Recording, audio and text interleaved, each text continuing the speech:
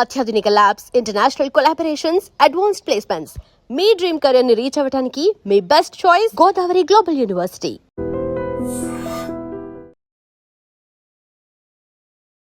నమస్తే, welcome to I dream. నేను మీ యాంకర్ ప్రత్యూష. రీసెంట్ టైమ్స్లో యంగర్ జనరేషన్స్లో ఈజీగా చాలా ఎక్కువగా విటమిన్ డి లోపం వల్లనో లేదంటే B12 లోపం వల్లనో నర్వస్ వీక్నెస్ ఎక్కువగా చూస్తున్నాం. అసలు దీనికి ఇదే కారణమా లేదంటే ఇంకా ఏమైనా కారణాలు ఉన్నాయా? ఇవన్నీ కూడా తెలుసుకుందాం. సో దీనికి ఆయుర్వేదంలో ఏమైనా సొల్యూషన్ ఉందో కూడా తెలుసుకుందాం. సో దీని గురించి క్లీన్ అండ్ క్లియర్గా ఎక్స్ప్లెయిన్ చేయడానికి ఈరోజు మనతో పాటు వంటింటి చిట్కాలకి కేర్ ఆఫ్ అడ్రస్ అయినటువంటి చెట్టిబొట్ల మధుసూదన సినిమా గారు మనతో పాటు ఉన్నారు. సో సార్తో మాట్లాడదాం, 10 నిమిషాలు తెలుసుకుందాం. నమస్తే సార్. నమస్తే. సో మనం స్టార్టింగ్లో మాట్లాడుకున్నట్లు రీసెంట్ టైమ్స్లో ఎక్కువగా యంగర్ జనరేషన్స్లో అంటే ఈజీగా 18కి బిలో ఉన్న వాళ్ళలో కూడా వస్తున్నాయి. అంటే ఈ ఊరికే కలదిరిగి పడిపోవడం కానీ, నరాలు బలహీనత కానీ, చేతులు కాళ్ళు ఇట్లా ఫిట్స్ వచ్చినట్టు కానీ ఇవన్నీ కూడా ఎక్కువగా కనిపిస్తున్నాయి సార్. అంటే దీనికి విటమిన్ డి లోపం వలన లేదంటే B12 లోపం వల్లనా ఇవే కారణమా లేదంటే ఇంకా ఏమైనా కారణాలు ఉన్నాయా దీనికి? సర్వసాధారణంగా పోషకాహార లోపము నర్వస్ వీక్నెస్ జనరల్ కారణం. ఓకే. అందులో కూడా మీరు ఇంతకుముందే ప్రస్తావించినట్టు విటమిన్ డి, B12 మరి ముఖ్యంగా కారణాలు ఉంటాయి. వీటితో పాటు ఇతర అనేక రకాలైన విటమిన్స్, బి కాంప్లెక్స్ విటమిన్స్ లోపం ఉన్నప్పటికీ అదర్ బి కాంప్లెక్స్ విటమిన్స్ ఈ సమస్య వస్తుంది. అదేవిధంగా కాల్షియము ఇలాంటి మినరల్స్ లోపం ఉన్నప్పుడు ఈ సమస్య వస్తుంది. మెగ్నీషియం లోపం ఉన్నప్పుడు ఇలాంటి సమస్య వస్తుంది. తర్వాత ఇట్లా కొన్ని ట్రేస్ ఎలిమెంట్స్ అని చెప్పేసి ఉంటాయి, వాటి లోపం వల్ల ఈ యొక్క సమస్య వస్తుంది. ఈ విధంగా వివిధ రకాల కారణాల రీత్యా పోషకాహార లోపం చేత ఇది వస్తుంటుంది. ముఖ్యంగా సూక్ష్మ పోషకాల లోపం చేత ఎక్కువ శాతం మందిలో వస్తుంది. కొంతమందిలో స్థూల పోషక లోపం ఉన్నప్పటికీ కూడా ఇది వచ్చేటువంటి అవకాశం ఉంటుంటుంది. దీంతో పాటు కొన్ని రకాలైన వ్యాధులు, ఉదాహరణకి షుగర్ వ్యాధి. షుగర్ వ్యాధి దీర్ఘకాలం పాటు నియంత్రణలో లేకపోవడం చేత కూడా ఈ నర్వస్ అంటే నరాల చుట్టూ ఉన్నటువంటి మైలిన్ షీత్ దెబ్బతినేసేసి దాని యొక్క ప్రభావం చేత కూడా ఈ యొక్క నరాల బలహీనత అనే సమస్య కలుగుతుంటుంది.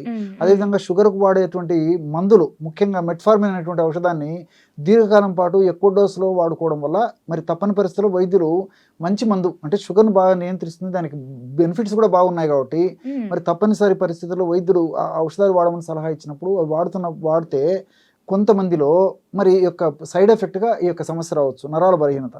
సో కాళ్ళు చేతులు మంటలు, తిమ్మిర్లు ఇలాంటివి కలుగుతుంటాయి అనమాట. అదేవిధంగా మానసిక జబ్బులకు వాడేటువంటి కొన్ని మందుల వల్ల కూడా నరాల బలహీనత వస్తుంటుంది. అదేవిధంగా ఆల్కహాల్ ఎక్కువ తీసుకునేటువంటి వాళ్ళలో నరాల బలహీనత సమస్య వస్తుంటుంది. అంతేకాకుండా హార్మోనల్ ఇంబ్యాలెన్సెస్, ముఖ్యంగా థైరాయిడ్ సమస్య, హైపర్ థైరాయిడ్ ఉన్నప్పుడు ట్రిమర్స్ వణుకుడు వస్తుంటుంది అనమాట. హైపర్ థైరాయిడ్ అనేటువంటి సమస్య ఉన్నప్పుడు. దీంతో పాటు హైపో థైరాయిడ్ ఉన్నప్పుడు కూడా స్తబ్దుగా, మజ్జుగా, డల్గా ఉండేటువంటి పరిస్థితి ఏర్పడుతుంది. ఇది కూడా ఓ రకంగా ఈ నరాల బలహీనత అనే చెప్పుకోవచ్చు అనమాట. ఇట్లా వివిధ రకాల కారణాల చేత నరాల బలహీనత వస్తూ ఉంటుంది. కొంతమందిలో ఎలాంటి స్పష్టమైన కారణం కూడా ఉండదు. మంచి ఆహారం తీసుకుంటుంటారు, అంటే వాళ్ళు మంచి ఆహారం భావిస్తుంటారు. Fast foods, junk foods, bakery foods. So 24 గంటల్లో దాదాపు ఓ 14 గంటలు 15 గంటలు నోరు ఆడిస్తుంటారు అనమాట. ఆ కేటగిరీ కొంతమంది ఉంటారు, వాళ్ళు ఫీల్ అవుతుంటారు. కానీ అదంతా నరాల వీక్నెస్ కలిగించేటువంటి ఆహార పదార్థాలే కాబట్టి వాళ్ళు అనుకోవడం పోషకాహారమే, పోషకాలు కడుపు నిండే ఆహారం, కానీ ఆరోగ్యవంతమైన ఆహారం అయితే కాదండి.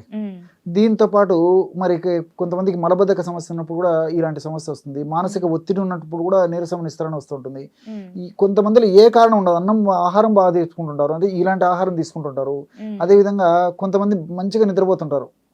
సో ఉదయం నిద్రపోతారు, మధ్యాహ్నం నిద్రపోతారు, రాత్రి నిద్రపోతారు, లేదా ఉదయం బాగా నిద్రపోతుంటారు, మళ్ళీ రాత్రి పూట కూడా అదే పొద్దునప్పుడు కొంతమంది నిద్రపోతారు, లేకపోతే రాత్రి ఒక్కసారి నిద్రపోయినా ప్రశాంతంగా బాగా నిద్రపోతుంటారు. అయినా వీళ్ళకు బలహీనత, నీరసము, నిస్త్రాణ, అంతుపట్టిన అంత చికెన్ నీరసము, చేత కాకపోవడము, ఏ పని మీద ఆసక్తి లేకపోవడము, ఎగ్జాక్ట్లీ, తర్వాత ఏకాగ్రత లేకపోవడము, ఇలాంటివన్నీ అనమాట. కాళ్ళు చేతులు తిమ్మిర్లు, మంటలు, పోట్లు, సలుపులు, బాధలు, అసౌకర్యము, అదేవిధంగా ఏదో కూర్చున్నట్టు ఉండడము, కాళ్ళు చేతులు మొద్దుబారిపోయినట్టు ఉండడము, పిక్కలు నొప్పులుగా ఉండడము, తల భారంగా ఉండడము, ఒకటేమిటమ్మా ఇవన్నీ కూడా నర్వస్ వీక్నెస్ సమస్యలు. మరి దీనికి ఆయుర్వేదంలో ఏమైనా చిట్కాలు ఉన్నాయండి, చాలా చెప్తాను చూడండి, చాలా ఉన్నాయండి. అందరూ వాడుకోదగ్గ చక్కటి చిట్కా చెప్తాను. సో అశ్వగంధ చూర్ణం. అశ్వగంధ చూర్ణము ఈ నరాల వీక్నెస్ సంబంధించినటువంటి సమస్యల్లో ఏ కారణం వల్ల నరాల వీక్నెస్ ఈ లక్షణాలు ఉన్నప్పటికీ అశ్వగంధ చూర్ణం బాగా పనిచేస్తుంది. ఎందుకంటే అశ్వగంధ చూర్ణంలో కొన్ని రకాలైనటువంటి ఈ యొక్క కెమికల్స్, ఆల్కలైడ్స్ ఉంటాయి అన్నమాట. ఈ ఆల్కలైడ్స్ మైలిన్ షీత్ను బాగు చేసేస్తాయి. సో మైలిన్ షీత్ నరాల చుట్టూ ఉన్నట్టు మైలిన్ షీత్ డ్యామేజ్ కావడం వల్ల నీరసం వస్తూ ఉంటుంది. సో అశ్వగంధ చూర్ణం వాడుకోవడం వల్ల కొన్ని రకాలైనటువంటి ఈ యొక్క కెమికల్స్ విథనాలాయిడ్స్ ఇలాంటివన్నీ కూడా మైలిన్ షీత్ను మళ్ళీ ఏర్పాటు చేస్తాయి అన్నమాట. ఉన్నటువంటి మైలిన్ షీత్ ఆ యొక్క పొరను డ్యామేజ్ కాకుండా చేసేస్తాయి. అదేవిధంగా కొద్ది గొప్ప డ్యామేజ్ అయినప్పటికీ మళ్ళీ కొత్త సెల్ను తయారు చేసినప్పుడు మంచి మైలిన్ షీత్ తయారయ్యేట్టు చేస్తాయి. సో దానివల్ల ఈ సమస్యలు తగ్గిపోతాయి. రెండోది ఏంటంటే ఈ అశ్వగంధ యొక్క మరొక ప్రత్యేకత, ఈ అశ్వగంధలో ఉన్నటువంటి గ్లైకో అమైనో గ్లైకాన్స్ అనేటువంటి రసాయన పదార్థాలు మన దేహంలో కణాల్లో శక్తినిచ్చేటువంటి మైటోకాండ్రియా అనేటువంటి పదార్థం శక్తినిచ్చేటివి ఏవైతే ఉన్నాయో మైటోకాండ్రియా, ఆ మైటోకాండ్రియాను ఉత్పత్తిని ఎక్కువ చేస్తాయి. మైటోకాండ్రియా యొక్క సమర్థత్వం కూడా బాగా చేసేట్లు చేస్తాయి. మైటోకాండ్రియా సరిగా పనిచేయకపోవడం చేత కానీ, మైటోకాండ్రియా ఉత్పత్తి మన దేహంలో కణాలు లేనప్పుడు కానీ నీరసం నిస్సరణ వస్తుంటాయి. ఈ అశ్వగంధలో ఉన్నటువంటి ఈ గ్లైకో అమైనో గ్లైకాన్స్ అనేటువంటి రసాయన పదార్థాలు ఉన్నటువంటి అశ్వగంధను వాడుకున్నప్పుడు మైటోకాండ్రియా ఉత్పత్తి బాగా జరుగుతుంది, మైటోకాండ్రియా సమర్థత బాగా జరుగుతుంది. కాబట్టి మైటోకాండ్రియా మనకు శక్తినిచ్చేది, శక్తినిచ్చేటువంటి మైటోకాండ్రియా బాగా డెవలప్ అవుతుంది. కాబట్టి అశ్వగంధ చూర్ణాన్ని ఒక 50 గ్రాములు తీసుకుంటే, ఆ అశ్వగంధ చూర్ణం 50 గ్రాముల్లో 20 గ్రాములు వాము చూర్ణము, 10 గ్రాములు జాజికాయల చూర్ణం, 10 గ్రాములు లవంగాల చూర్ణం ఈ పద్ధతిలో కలిపేసేసి ఈ విధంగా కలుపుకున్నటువంటి పదార్థం నువ్వు గాసీసాలు నిర్వహించుకొని రోజు రాత్రి పూట ఒక 1/4 టీ స్పూన్, ఒక కప్పు లేదా ఒక 50 to 100 ml అయినా సరిపోతుంది, పాలల్లో 1/4 టీ స్పూన్ మాత్రమే ఆ పౌడర్ని కలిపేసి తీసుకోవాలన్నమాట. ఈ విధంగా రోజు రాత్రి పూట ఒకసారి ఒక డోస్గా ఈ యొక్క ఔషధాన్ని వాడుకోవడం వల్ల మరి ఏ రకమైన కారణం వల్ల వచ్చినటువంటి ఈ నరాల వీక్నెస్ కూడా తగ్గిపోతుంది. ఈ నరాల వీక్నెస్ సమస్యని క్రానిక్ ఫ్యాటిక్ సిండ్రోమ్ అనేటువంటి పేరుతో కూడా చెప్తుంటారు అనమాట. కాబట్టి వైద్యులు కూడా, వైద్య ప్రపంచం కూడా ఈ విధంగా మరి రోజుల తరబడి చాలా రోజుల నుంచి ఉన్నటువంటి ఈ యొక్క సమస్యని క్రానిక్ ఫ్యాటిక్ సిండ్రోమ్ అని చెప్పి చెప్తుంటారు అనమాట. ఈ యొక్క సమస్యకి అవగాహన లోపంతోనో తెలిసి తెలియకనో మరి కొంతమంది ఏం చేస్తారంటే, ఏదో ఈ సమస్య వచ్చింది, ఏదో ఫ్రెండ్స్ చెప్పారను, పక్క వాళ్ళు చెప్పారను, తెలిసిన వాళ్ళు చెప్పారను, శ్రేయభిలాషులు చెప్పారను, రకరకాల విటమిన్స్, తర్వాత రకరకాల విటమిన్స్, మినరల్స్, సప్లిమెంట్స్ వాడుతుంటారు.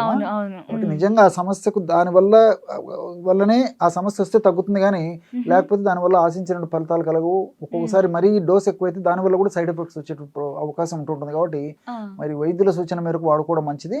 అవి వాడుకుంటూ కూడా నేను చెప్పినట్టు ఔషధం ఇంకా సమర్థవంతంగా పనిచేస్తుంది. కాబట్టి అది ఏదైనా స్పెసిఫిక్గా కారణం ఉంటే అది వాడుకుంటూ కూడా, మరి కారణం ఉండనివ్వండి, స్పెసిఫిక్ కారణం స్పష్టంగా తెలిసినా తెలియకపోయినా నరాల వీక్నెస్ తగ్గించేందుకు నేను చెప్పినటువంటి ఔషధం అంటే మైటోకాండ్రియాని సమర్థవంతంగా పనిచేసేందుకు, అదేవిధంగా ఈ నరం చుట్టూ ఉన్నటువంటి ఈ యొక్క కణ కవచం పొర ఏదైతుందో దాన్ని బాగా దృఢంగా, గట్టిగా, సమర్థవంతంగా పనిచేసేందుకు ఉపయోగపడేటువంటి ఈ యొక్క ఫార్ములా చాలా చక్కగా ఉపయోగపడుతుంది. దీంట్లో లవంగాలు లాంటివి, అథవా జాజికాయ లాంటిది, వాము లాంటిది, ఇవన్నీ కూడా ఈ మైటోకాండ్రియా మీద ప్రత్యేకంగా పనిచేసి చక్కటి శక్తినిచ్చేందుకు ఇందులో ఉన్నటువంటి కెమికల్స్ కూడా ఉపయోగపడతాయండి. ఓకే. సో ఇందాక మీరు అన్నారు కదా, సప్లిమెంట్స్ కూడా అంటే ఈ నరాల వీక్నెస్ అనేది ఎలాంటి ప్రాబ్లమ్స్ వల్లైనా వస్తూ ఉంటుందని, కారణాలు ఏవైనా ఉంటాయని. బట్ ఆ కారణాలు బట్టి మనం సప్లిమెంట్స్ తీసుకోవాలి, లేదంటే రిజల్ట్ రాదు అని చెప్పారు. సేమ్ మరి దీనికి కూడా ఈ ఔషధం కూడా చాలా కారణాల వల్ల నరాల వీక్నెస్ వస్తూ ఉంటుంది. సో అన్ని కారణాల వల్ల వచ్చిన వాటికైనా మీకు యూజ్ అవుతుంది అంటారా? అవుతుందండి. ఎందుకంటే అందుకే వైద్యులు సూచించిన మేరకు ఆ ఔషధం వాడుకుంటూ కూడా నేను చెప్పింది కారణం ఏం చెందింది, మైటోకాండ్రియా సరిగ్గా ఇది కావడం లేదు. సో మైటోకాండ్రియా ఉత్పత్తిని పెంచుతుంది. కాబట్టి శక్తిజనక కేంద్రాలను ఎప్పుడైతే స్టిమ్యులేట్ చేస్తామో, నేచురల్ గా ఏ కారణం వల్ల వచ్చినప్పటికీ ఆ కారణాలకు సంబంధించి చికిత్స తీసుకోవడం మరింత సమర్థవంతంగా త్వరగా పనిచేస్తుంది. కాబట్టి ఇది వాడుకోవడం వల్ల అడిషనల్ బెనిఫిట్స్ ఉంటాయి. Okay, nice sir. Thank you so much. నమస్తే. And for more videos, please subscribe to iDream channel. Subscribe to iDream Media. Please subscribe to iDream. Please subscribe to iDream. Please subscribe iDream. And please subscribe to iDream. For more videos, subscribe to iDream. please like, share and subscribe to the channel. Congratulations, iDream. Subscribe to iDream. Subscribe to iDream. So subscribe to iDream Media. iDream ki iDream team andarki huge congratulations. Please subscribe iDream Media. Please subscribe to iDream. Subscribe iDream. Please subscribe to iDream. iDream అంటే నా కళల channel subscribe చేసుకున్న నోరు తిరుగుతలేదు, మీరైతే గంట గుర్తు కొట్టండి. For more such videos, please subscribe to iDream. Subscribe to iDream. Please subscribe to iDream. Please subscribe iDream Media. Please do subscribe to iDream. Please subscribe to iDream Media. For best entertainment and information, please subscribe iDream. And don't forget to subscribe to iDream.